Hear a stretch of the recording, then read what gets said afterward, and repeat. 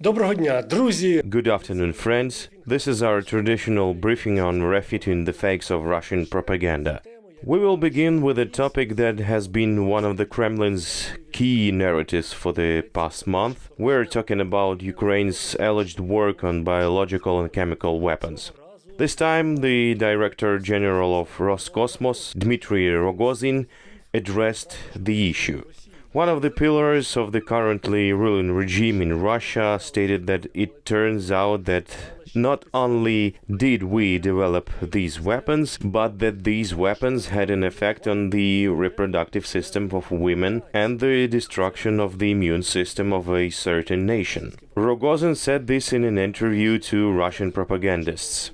This weapon, which was developed allegedly by Ukraine, affects both the reproductive function of women of a particular ethnic group and the immune system of a particular ethnic group in general, causing allergies, intolerance to traditional meals, as well as vulnerability to disease, which leads to the weakening of the immune system of the nation and its extinction without the impact of wars. Well, it looks, to be honest, like an unsuccessful joke that gets repeated every day.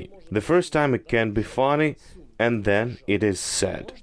Crisis of the genre. We can repeat again what has been already many times repeated, both by the Ministry of Health of Ukraine and international structures, as well as by Russian chemists and biologists themselves. Ukraine has not and is not developing any biological or chemical weapons. Attempts to present these weapons as targeting a specific ethnic group or nation take us back to the history of the Third Reich, Russian biologists say. And in this sense, Rogozin may be trying to explain why the Russian nation is dying out, why the population is decreasing. They are looking for an enemy in the image of Ukrainians. But we have not produced any weapons of this nature. The Russian propagandists continue to make insinuations about Ukraine shelling the civilian population. Specifically, they say, referring to allegedly ordinary residents of Mariupol, that it was the Ukrainians who did this, not the Russians, but it was the Ukrainians who actually wiped this city out. Both Russia Today and Margarita Simonyan, a well-known propagandist against whom Ukraine has imposed sanctions,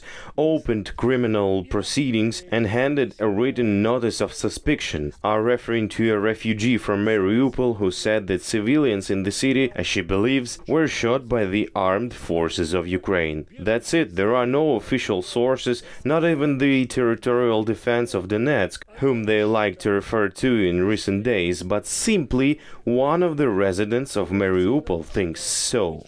This brings us back to the story of the myth of the crucified boy, which was thrown in 2013. Now they are also finding anonymous or unknown suspects who are spreading this outburst to a multi-million audience. After all, these Russian propaganda resources 500,000, 1 million, 1.5 million subscribers, and all these lies are falling down on their brains. At the same time, Putin's spokesman Peskov said that Russia was not harming the civilian population of Ukraine. We have an interview to CNN, which is very difficult to comment on in terms of the truth. It is faster to count how many lies there are. So he said that military of the Russian Federation is prohibited from harming civilians. They do not strike the civilian targets. The whole world sees the attacks on schools, theaters, houses, shopping malls that are being destroyed, the usual civilian infrastructure,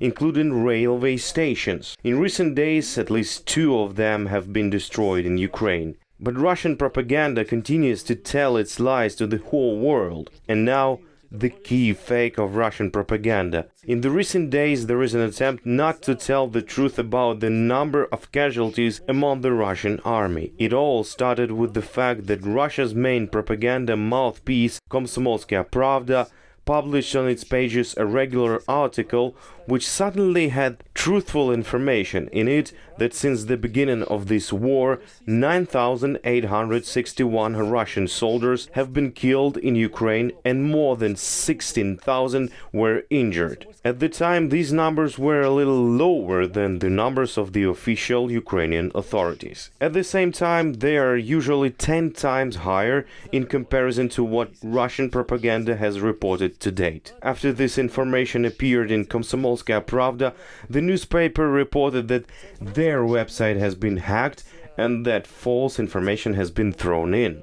But when asked by the authorities, Komsomolskaya Pravda and the Ministry of Defense, what the actual number of casualties among the Russian army is, they do not say anything. But when representatives of the authorities and Komsomolskaya Pravda and the Ministry of Defense ask what is the number, the real number of victims among the Russian army, they do not say anything. In particular, the already mentioned Peskov in his interview with CNN said, when the Ministry of Defense deems it necessary, it will provide new information about the losses in the Russian armed forces during this special operation in Ukraine. What can be said about this?